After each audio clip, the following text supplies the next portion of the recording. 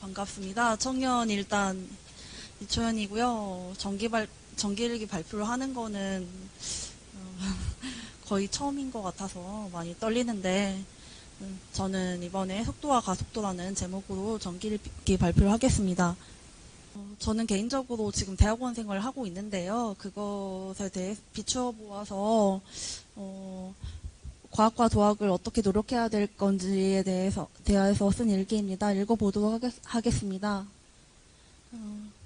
불교의 교리에 회의적인 사람들이 자주 하는 질문 중에는 정말 인과가 존재한다면 못된 사람이 잘 살고 착한 사람인데 고생만 하는 것은 어떻게 된 것이냐는 질문이 있다.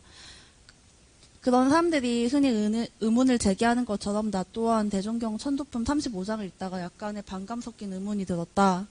처음에는 착했는데 나중에 타락해서 악한 일념을 가지고 죽었다가 태어난 사람은 어쨌든 지금은 나쁜 사람이고, 그 반대로 나빴다가 착해져서 선한 일념을 가지고 죽은 사람은 어쨌든 지금은 착한 사람이니까 반대로 되어야 하지 않나? 어째서 진리는 이렇게 가혹해서 착한 사람을 나쁜 환경에 처하게 만드는가 하는 의문이 들었다. 대종사님께 왜 그러냐고, 그 반대로 설계되어야 이치에 맞지 않냐고 질문드리고 싶었다.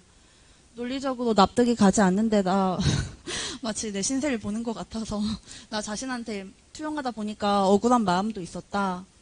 그런데 마침 고원의 법회에서 천도품을 다룰 때 참석을 하지 못해서 일요일 학생법회에서 비슷한 주제가 나온 것을 기회로 성욱 교무님께 얼른 질문을 드렸다.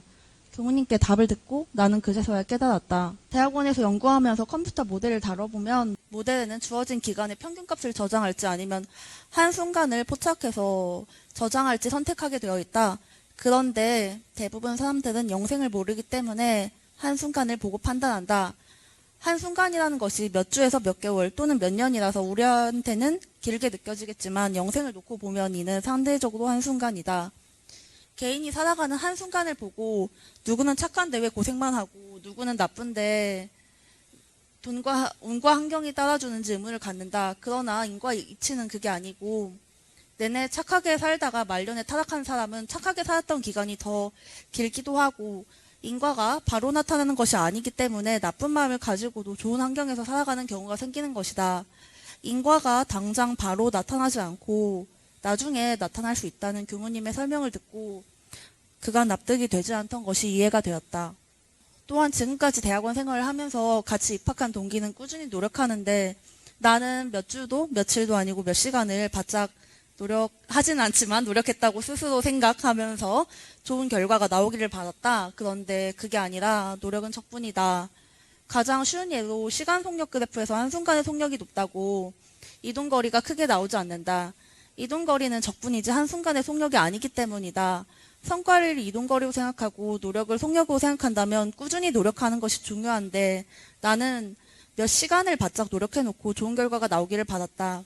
진리는 그 사람이 얼마 동안 착하게 살았는지 평균값, 평균 속력이나 적분값, 이동거리를 보겠지만 우리 사람들끼리는 서로 순간 속력을 본다. 그래서 착한 사람이 고생하고 나쁜 사람이 잘 사는 것이 눈에 들어오게 되는 것인데 지금 빨리 달리는 자동차가 아까도 빨랐으리라는 보장이 없고 꾸준히 빨랐을지 아니면 방금 가속해서 빨라졌을지는 모를 일이다. 현승 교우님이 내 일기를 보고 교당에 다니는 것은 비유하자면 가속도를 얻기 위함이라고 말씀을 해주셨다. 공부도 그렇고 인생도 멀리 본다면 네. 인생도 멀리 본다면 순간 속력이 아니라 이동거리가 중요하니 도학도 과학도 꾸준히 노력해야 한다는 생각이 들었다. 혹시 밑에 그래프 좀 볼 수 있을까요?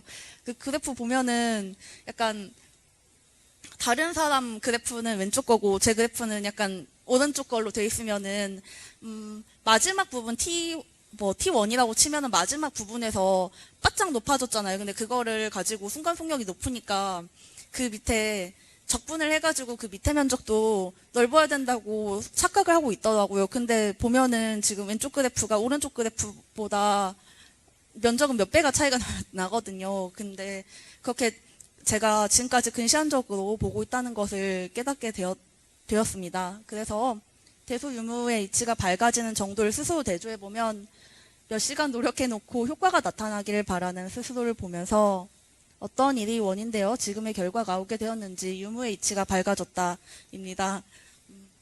발표 들어주셔서 감사합니다.